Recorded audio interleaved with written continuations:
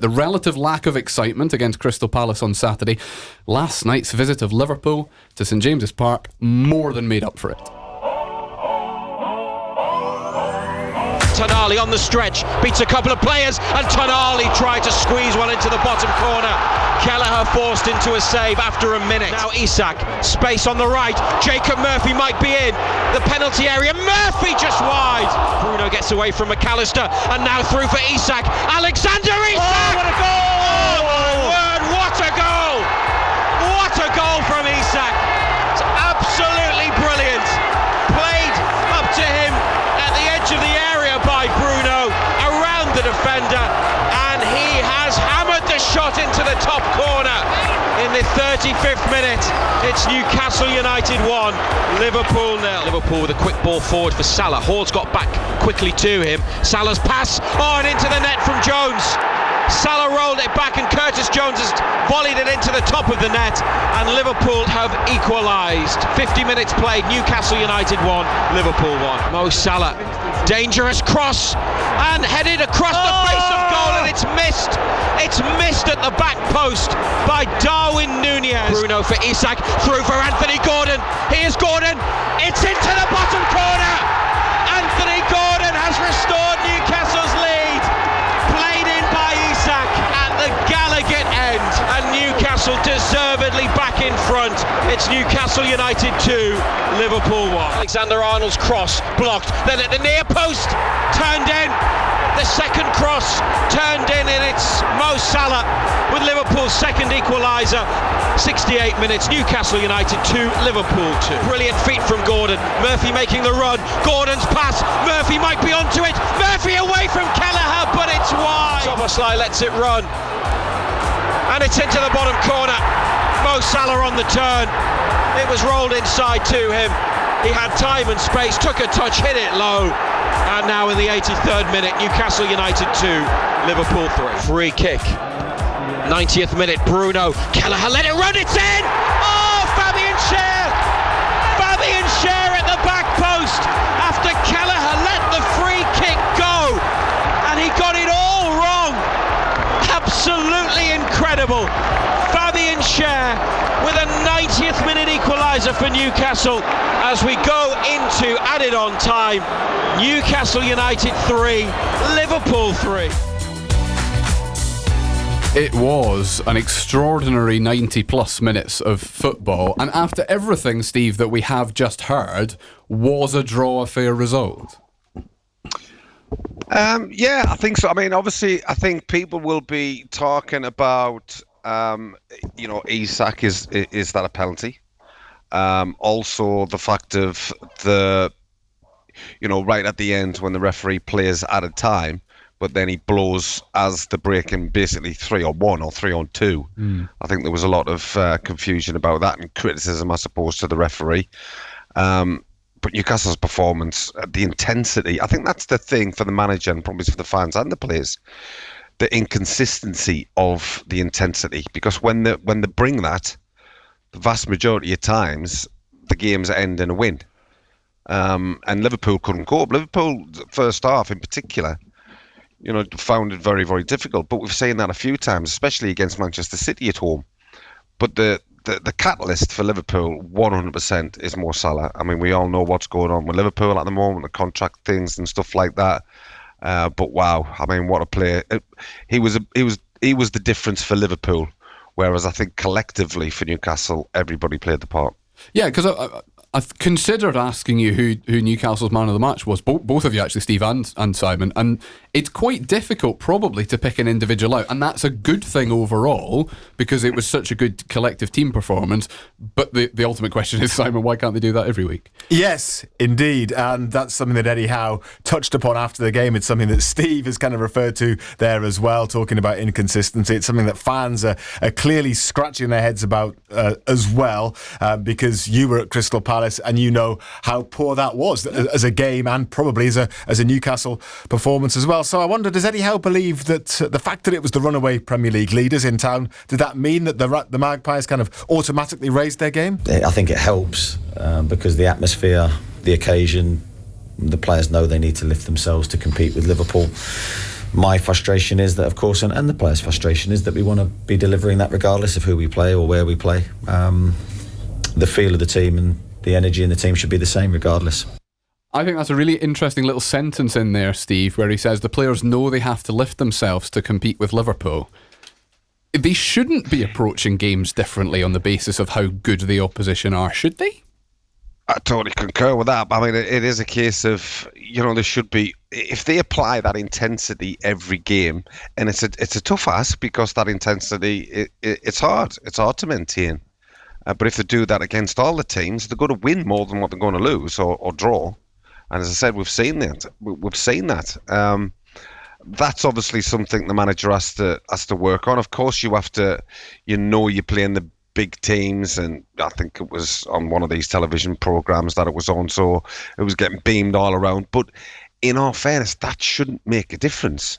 It should be that kind of attitude and intensity every single game. As I said, it's a tough ask, but it's certainly a one that the manager will be sort of saying to his players, why can't we do that week in, week out? I know it's Liverpool.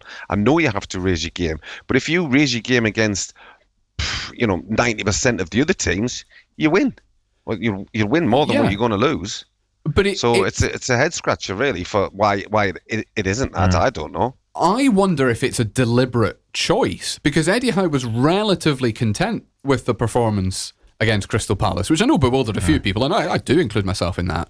But certainly out of possession, he was happy. And Anthony Gordon came out afterwards and said they'd been brilliant without the ball.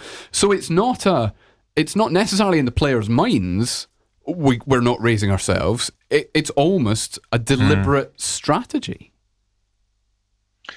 As I said, it's a strange one. I mean, I was a little bit perplexed when I heard the managers. I mean, obviously the manager's coming out and he's going to say what he wants to say, and that's absolutely fine. But looking at, reading the reports, looking at the highlights of the Crystal Palace game, I thought Newcastle were poor. I thought Newcastle really did well to get a point from it. I mean, could have nicked all three based on the fact of I didn't think they had an actual shot on target. I mean, the goal was an own goal. Yeah, well, they didn't. They were pressing and pressing and pressing. So, I mean, I don't know how you can possibly sort of say, well, it was a decent performance. Yeah, you might have defended well, but at the same time, they still had, TMA, I can't remember how many shots it was, but it was a lot. And, if you get a shot on target, you've always got a chance of scoring a goal. I mean, you can look at it two ways. I mean, they might say, well, we defended really well, we together as a team and stuff like that, but you've got to offer some threat, surely, when you go away. I mean, Crystal Palace, yes, it's a difficult place to go, but at the same time, it's a place where if you're going to give a performance like you did yesterday, if you put anywhere near that performance against Crystal Palace, you win the game. It's as simple as that, unless you're massively unlucky or a goalkeeper has a worldie or you miss some absolute sitters. So it was surprising for me that the manager came out and Anthony Gordon did the same. But listen, sometimes, players and managers come out and say what they say. Maybe in the dressing room, it was a totally different vibe. It was a totally different, things were said totally differently. But to everybody else, when you come out, it's like, it is what it was when they came out and said what they said. Yeah, in a funny sort of way though, Simon, we're only having this conversation about inconsistency because Newcastle played so well last night, and therefore there is confidence to be taken from that. Yeah, absolutely. And you look at Liverpool, there's an argument to say that they're the best team in Europe at the moment. The way that they've been running away with the Premier League, one of the strongest leagues in Europe, if not the strongest. Plus you look at their Champions League results as well. And last night, Newcastle more than matched them in the first half, didn't they? So therefore, and I think, Eddie Howe speaking afterwards, he probably, talking about how well they played last night, did concede in a way that they haven't been at their best, certainly against Palace and definitely against West Ham before that, because he believes that regardless of the result last night, they did need to up their game. Yeah, I think it's a big performance, and I think the performance more than the result really, because that point is never underestimated by us, but we needed an all-action, all-energy display after the last home game, especially against West Ham. And there's no question that they did up that performance. You kind of alluded to this earlier, Steve. I'm going to go into it in a little bit more detail. The very final action of the game, when the final whistle went from the referee and Newcastle were on the attack, you're very experienced in refereeing and assessing referees. Has the referee got that one right or wrong in your mind? I think to the letter of the law, he's got it right. But I can understand, because on the board it came up 5 minutes and he played 5 minutes 15 seconds. So the 5 minutes is the least that he will play. And he's obviously thinking, well, that's 5 minutes. I know they've sort of said, well, this happened, that happened in those 5 minutes, so it should be added on. But obviously, ultimately, it's for the referee's discretion. Now, as a fan, I'm looking at it, and regardless whether it's Newcastle or not, let it go. You know, because just after that, they're either going to score or miss, and then blow your whistle. He wasn't as clear through as you thought, though, was it? Because two of the Liverpool players actually stepped forward towards the halfway line because they heard the referee's whistle. They actually stopped. So it looked as when you saw it, when the Newcastle player finally stopped. Yes, it looked like they were overloaded, but I thought that you could see that two or three of the Liverpool defenders sort of knocked off because they heard the final whistle go. So I don't think it was as clear a chance as it's being made out to be. But yeah, it was still frustrating. I mean, the fans were absolutely fuming. Frustrating for them because they probably didn't hear the whistle either. But and Steve's right. It went 2 or 3 seconds before the actual everything. It went when the ball was still on the halfway line when the whistle went. However, they were breaking. It was an opportunity to at least create something, and it probably would have been the last. Definitely would have been the last opportunity of the game. So I think the big question is, I mean, there weren't any major stoppages in that 5 minutes. There wasn't really any time wasting. I think both teams fancied going on to win the game, so they weren't wasting time. But anyone could look at it and sort of pick seconds here and there that could potentially have been added on. But I think it was just the fact that I don't know, people just want to see the conclusion from a Newcastle perspective anyway of that attack. But I mean, if you're a Liverpool fan, you're thinking exactly the opposite, aren't you? I think it's difficult to criticise Andrew Madley for that because Steve said it there. He's doing it by the letter of the law. He gets it right, and well, that's what he's got to do. He's the referee. He's got to go by exactly to go by the letter of the law. So as frustrating as it was, and as much as we would like to have seen what would have ensued had Newcastle been able to continue that attack, I think probably we should just let that one go now. Yeah. Are we letting go, Steve, as well, the penalty that you alluded to earlier as well when Isak was brought down? I think that's a pen. I think he doesn't get the ball, and there's a slight touch. Listen, doesn't mean because you touch him, it's a pen. No, but I think it's a pen. I mean, I know probably sometimes I've gone with different decisions that thought, similar-ish ones of not being pens, but looking at it closely and looking at it a number of times, I don't think the Liverpool player gets anything on it. Does Isak go down a little bit easy? Yes.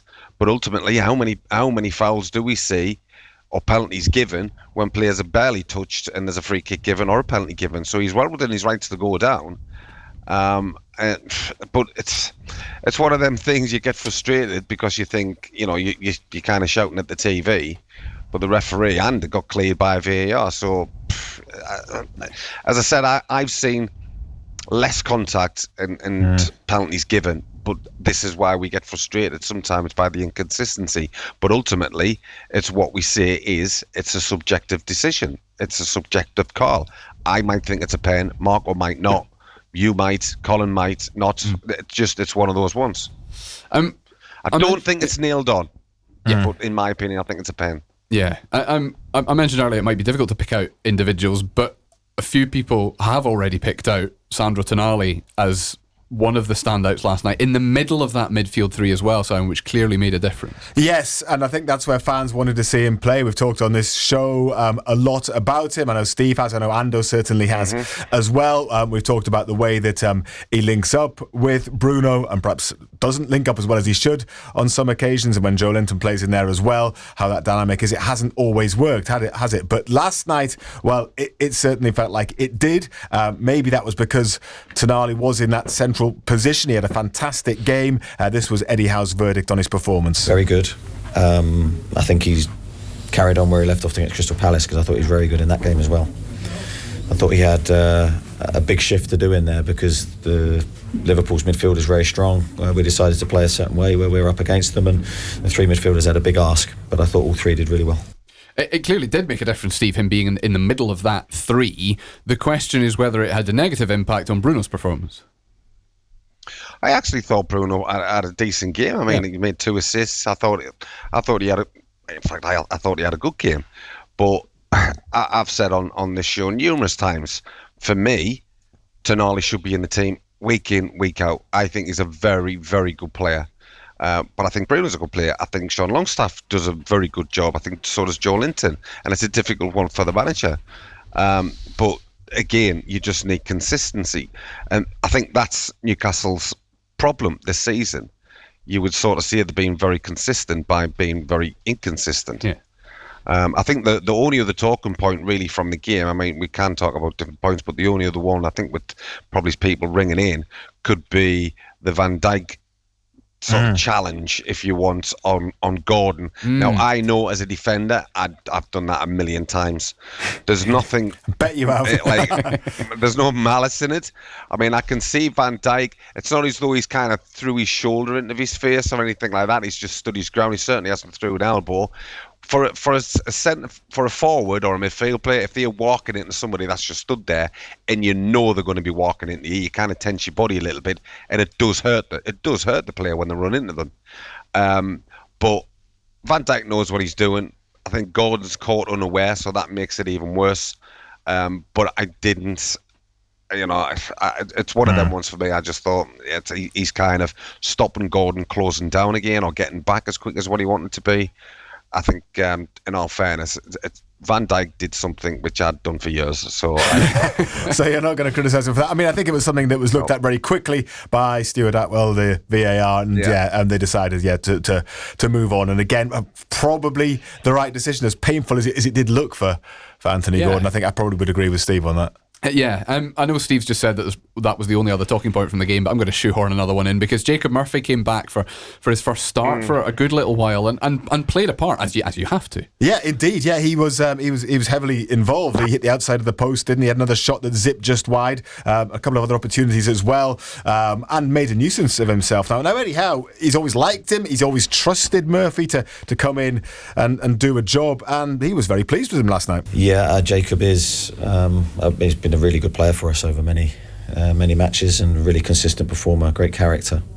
Thought he played really well today, and as you say, he was shooting off that right hand side, which is something we haven't really had in recent weeks. The big moment for him probably came with the one-on-one, and he's unfortunately just lifted it wide, but it was great to see him in those positions, and I think he made the team play better today. And it is a difficult kind of game, Steve, to come into as someone who is as a winger, as someone who is expected to contribute significantly going forwards against the best team in the league. Yeah, because you've got to get up to the speed of play very, very quickly. The last thing that you want to do is not be up to pace because you get found out instantly. Now, I like him. I mean, I know he's not probably everybody's cup of tea, but I like him. I think he is a threat. He is quick, but one thing he does do, he works so hard for that team. Really, and he does the jobs that players don't like to do. He does the tracking back. He does the sort of, we used to say, the donkey work. But he's also can be a threat. Yeah, sometimes the final ball's probably not the best. I think he was unlucky with his shot. He hits it, poker straight, and it hits the post. He's unlucky with that. But I do think I think he's a valuable, very valuable member of the squad. Yeah, and just finally, and we'll touch on this a fair bit more tomorrow once we hear from Eddie Howe tomorrow morning as well, ahead of Brentford on Saturday. But the level of performance last night lends itself to not changing very much, even though Brentford obviously are a different opposition, Steve. Yeah, and Brentford have struggled of late. I mean, getting beat off Aston Villa, I think it was it 3-1 yesterday? Yep. I think they've gone something like 5, 6 or 7 games without a win. So, but down at their place, they can be difficult as well. I mean, it's a small, compact grounds, great atmosphere. I think they're a decent team, actually. Brentford, I think I do rate the manager. And it could be a slippery one. But again, I must stress, if Newcastle go in there with the same intensity like they did yesterday, what they're coming away with is 3 points, guaranteed. If they don't, then it could be 1 point or it could be none. Yeah, Brentford. I don't know how many of you notes you've done for the Brentford games. I don't want to chuck you under the bus here, Simon. Give it a go. Brentford. How different is Brentford's home record to their away record? It's a mirror image. So their home record is the best in the Premier League, basically. They have won 6 and drawn 1. Away from home, they have lost 6 and drawn 1. So it's a direct mirror image. Last time out at home, so the game before last, they thumped Leicester by 4 goals to 1. So it's going to be very, very tough just because they are so good at home. We'll talk much more about this tomorrow. It's something I'll ask Eddie Howe about as well in terms of what he's thinking behind the team, because nobody in the team last night deserves to be left out. However, a lot went into last night's game, high energy, and it will have taken a lot out of them. So they have to recover well. So that might be the reason to change. But I couldn't think of a player who you'd leave out. I mean, Jacob Murphy, who we've just been talking about there, he might be the obvious one. But then who do you put in? Do you put Barnes in on the right? He came on in that position. Any of the other players, the keeper stays the same. The back four stay the same. Isak obviously plays. Got to play Gordon on the left again, I think, because of the way that he played last night. And Gordon obviously plays. And then, Tonali and Bruno and Joe Linton all did well. And I can't see him leaving any of them out either. So it'll probably be very close to the same team, if not the same team again. But that's perhaps, one to debate tomorrow evening. Yes. Well, once we see what you've managed to extract out of Eddie Howe tomorrow morning. Yes. Well, he'll give nothing away to me, will he? I mean, not because it's you, just because he doesn't. He won't give anything away to Razor, so he definitely won't give anything away. But I'll try. That's all we can ask. All we can ask. Simon Pride, thank you very much. Total Sport North East. Call free 0800 234 6565. BBC Radio Newcastle. You're listening to Total Sport on BBC Radio Newcastle with Colin White, Steve Howie, Marco Gabbiadini and Chris, who's a Newcastle United fan who joins us on the line. Good evening, Chris. Evening, Colin. You well? Yes, thank you. How are you after last night's exertions and being put through the ringer? Yeah, it was a good one. Colin, just quickly, just obviously from Newcastle perspective, obviously from Mark, just want to say welcome back to Marco, and hope he's doing well. I'm doing great, mate. Thanks very much, and I really appreciate that. Cheers, Marco. Colin, fully enjoyed the game last night. Thought lads really stepped up to the plate. Arguably our best performance all season. I know there's been a little bit debate about whether Sandro and Bruno can play together. I'm a massive fan of Sandro. I think last night he really proved that both him and Bruno can play well, I thought. Steve, I don't know what your thoughts are, but I thought they really complemented each other really well. And two intelligent footballers, Absolutely. I mean, I'm not so sure if you've listened to the show regularly, but for a good while now, I've been sort of saying about Tonali. I think he's an exceptional player. I think Guimaraes is. I think Joe Linton is. I mean, I think it's harsh sometimes on Longstaff. I know he's not everybody's cup of tea, but I think he does a good job when he plays in there. But I've always kind of blown the trumpet for Tonali because I really do like him, and I think you should always try and find a place for him. And he's played when you've seen him yesterday as well. I mean, he's a quality player, and he's got a very good footballing brain. So I was delighted for him that he come on. Yeah, what, sorry? He's got a great engine on him as well. Do you know what I mean? He was literally all over the pitch. His work rate was fantastic, and he was a warrior last night. Against a very good Liverpool midfield. I think all three. To be fair, I think everybody, like I say, stepped up to the plate last night. But I thought our midfield was exceptional, both defending and going forward. I think that, everybody's been going on this season about, is it Gravenberch? Yeah. There's him, there's obviously the young lad and McAllister in there as well. Was it Spojlight? Players like that. The Hungarian. Top players. Yeah. So, of course, Bruno plays for Brazil. He's a very good player. Joe Linton's the same. And Tonali's one of the top men in Italy, in their national team as well. So, I thought it was a good battle. Yes. But as we said before, or earlier on in the show, we just need not just them. We cannot really call Tonali on it because he's been in and out, and I'm kind of still perplexed as to why. But I'm sure the manager will have a very good reason.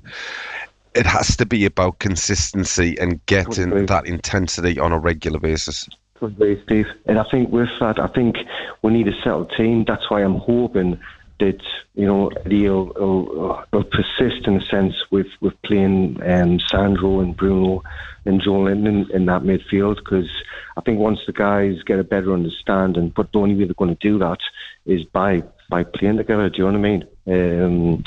But yeah, like I say, the guys, the lads have set standard now, so that's the benchmark now for Saturday, and a very difficult game at Brentford. I think their home record is exceptional this season, Steve. So, so I'm, you know, like I say, I think from my side, yesterday I wasn't really expecting much of a result.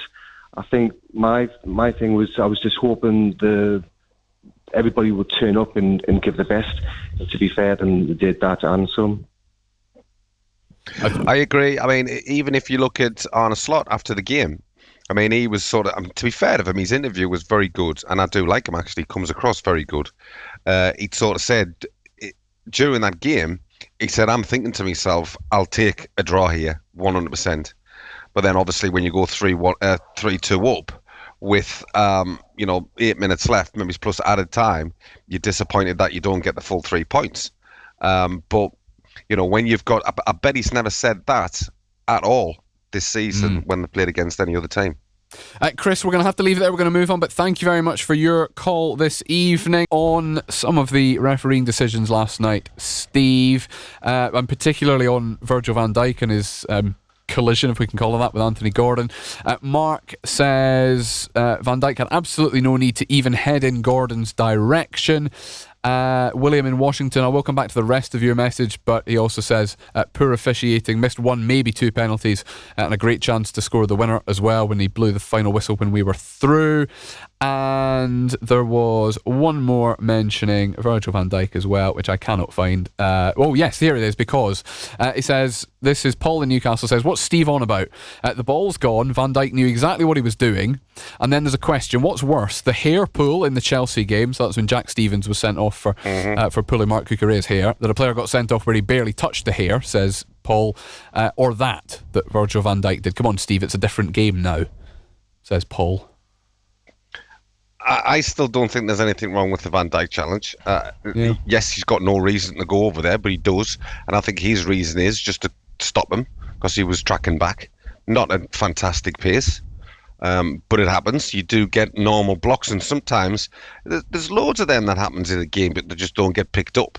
You just happen to pick that one up. But normally, the midfield player will block his midfield player man, and another defender will do it. Forward will sometimes block the defender if he's going to try and maybe shut down one of his teammates. So it happens all the time.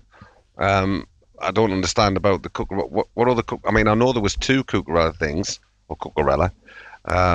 Whether he got his hair put, I think the other one was against Tottenham. It was against Tottenham. Both are sending offs. Obviously, Jack Stevens got sent off yesterday. Is he referencing something else?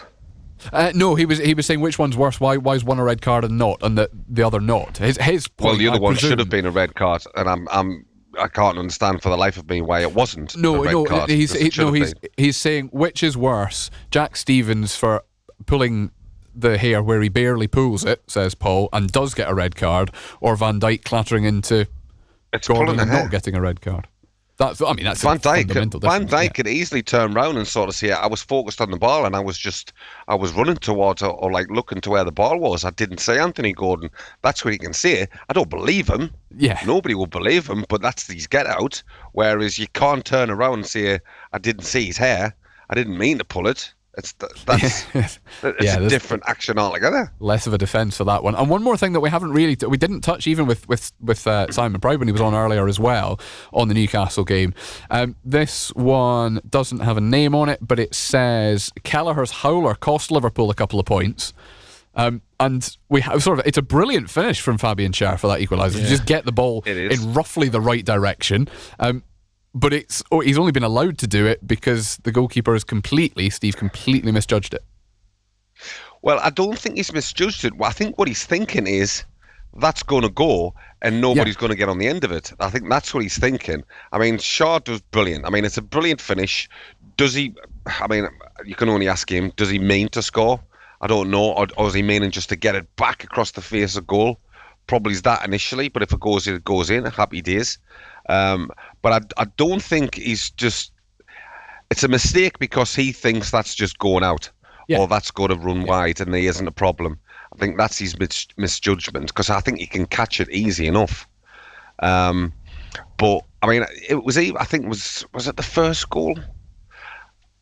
I'm looking at Pope. I don't know if that takes a deflection or not, but I'm thinking, can he do a little bit better? And then if you look at the other two, the two goals, obviously the first one and the second one, those goals are from Newcastle's mistakes. The first one, Hall gives the ball away, and the second one, Joe Linton gives the ball away. Not under pressure, may I add. If he's under pressure, you can semi-get it, but they're not. And it's a simple 5-10 yard pass. It's a miss. It's put in the wrong place. It's been snapped up, away they go, bang, goal. That happened twice, and that's down to Newcastle. It wasn't a case of Liverpool being unbelievable and just conjuring up this fantastic attack out of nothing. They got the ball back because of Newcastle's lack of discipline when it comes to simple pass. Indeed. Keep your messages coming in. 81333 if it's a text message, 08000 321 333 if it's a WhatsApp message. Start them all with the letters BBC, but we do like to hear you on the programme as well. So welcome to Total Sport, Mitchell, who is a Newcastle United fan. Good evening, Mitchell. Evening, lads. How are you doing, you okay? Hi, Mitchell. Hello, Mitchell. What was your big takeaway from last night then? I think it's definitely a better performance to what we've seen in the previous games. I think just that hunger and desire to want it more. I guess we definitely looked like we wanted it a lot more last night, which is good to see from a fan's perspective. I think it initially starts from the the flags, and one of the flags which had what it had on it. That was the start, and then the noise after the time cost, and then the end of the song. That was the fans getting right up for it. That brings the players right up for it. Listen to the commentary and reading reports and stuff like that. Everybody that was there, and even people watching at home, I think they were like, wow, the atmosphere is just ridiculous. But that's down to the fans, but that's also down to the players by giving the fans something where one shuts down, the other one shuts down, the other one shuts down. They're closing in groups, which is brilliant and making it so difficult for Liverpool to get out rather than going in ones and twos, where any decent team can pop you off with a couple of decent triangular passes or even switching play. So I think just the whole dynamic of that game from the fans and the players was excellent. And that's why I said early on in the show, the biggest problem Newcastle have had this season is they've been very consistent by being inconsistent. It's about keeping that intensity week in, week out, which I do understand is a tough ask. But if you want to get up the league and try and get in the Europa League's places, that's what you've got to do. Yeah, I'd agree exactly what you say with that. I mean, in terms of they've really hit the nail on the head. You need to be. It's the little teams in it. We feel like we're obviously in terms of pressing things like that. Especially when we've got the big teams at home, we're right up for it. Obviously, the fans playing a big part in that, but then it's exactly down to the players. But then you go into Palace away and things like that, and you're seeing a completely different team. Like it literally looked like a completely different 11 to what we're seeing at the weekend last night. But yeah, terrific game from a fan's perspective. But it's just about continuing to carry that on into the Brentford game. Well, that's the point I was going to make. The last one with you, Mitchell, is that it makes you wonder what on earth will happen. What it's a cliched phrase, but what Newcastle will turn up on Saturday against Brentford? Is it the all action team that we saw last night, or with roughly the same players? Is it a little bit more passive, like they've done in the last away game at Crystal Palace? I think it's got to be the same as what it was last night, really, isn't it? It shouldn't matter if you're home or away. If you want to play that way, you've got to try and get a streak of doing it over and over again. It can't be 1 week we're going to play this way, and the next week we're going to sit off and try and bite with moments. It's got to be, we get that play style, we've got to do it every week. Obviously, if teams are reading it, then yes, you change it up then. But like we've seen last night, if you're doing it, teams are going to struggle, especially if it's making Liverpool struggle. It's likely going to make the lower teams like Brentford struggle as well. So I feel like we've got to just go into it the same way, be really up for it minute one, pressing from the off. That's how we're going to win games, I feel, going forward. Yeah. Thank you very much indeed for talking to us this evening. Really appreciate it, Mitchell. Thank you. Cheers, lads. Thank you. Cheers. Thank you very much indeed. Steve, just on that final point, actually, about playing the same way, even if you're, if the opposition's different and that with that intensity, how much easier is it to do in a home game, particularly at somewhere like St James's, and therefore how much harder is it to do it when you're not in front of your own fans? Well, I think it's harder when you're away from home. When you've got the backing of 50-odd thousand fans, that noise. Of course, it makes it a little bit easier. It spurs you on. It's brilliant. But make no mistake about it. How many times have we sort of said, when the Newcastle fans go away, and away fans of vast majority of clubs are always kind of so noisy when they go away from home, and Newcastle fans are brilliant. Sunderland fans are excellent. A lot of the teams that the away fans are excellent. So of course they're going to be taking a shed load down as well. As I said, it's a little ground, but the noise will be excellent. But whilst they've got the fans, it's brilliant to have the fans there. But it should be a case of being in the dressing room, sort of saying, it's up to us. I know the fans are definitely helping us, but it's up to us to actually start the way that we started against Liverpool and continue that.